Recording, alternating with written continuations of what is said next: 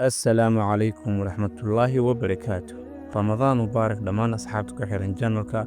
Waxay noo socday qisooyinkii nebiyada. Maantana waxaynu ka hadli doonaa qisada Nebi Dulkifli calayhi salaam.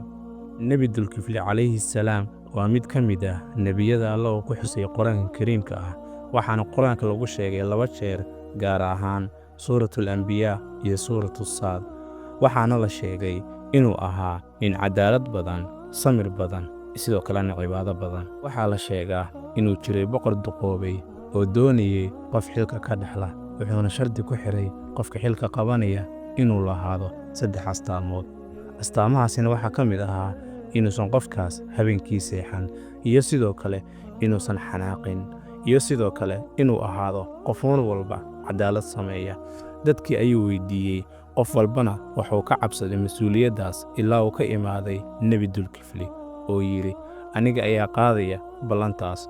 Markaas ayuu boqorkii xilka u dhiibay Nebi Dulkifli calayhi salaam. Waxa uu noqday nin cadaalad badan, dulqaad badan oo Ilaahay ka cabsada. Wuxuu caan ku noqday samir iyo cadaalad. Waxaa la sheegaa inuusan habeenkii hurdi jirin si uu dadkiisa ugu adeego, xitaa marka uu daalo uu dulqaadan jiray.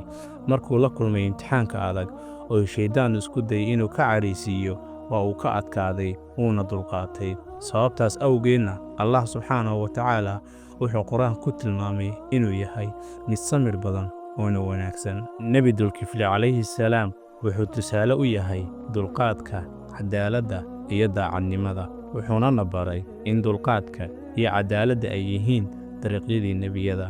Qisadan teeda xigtana waxaan ku soo qaadan doonaa qisada Nebi Muuse calayhi salaam.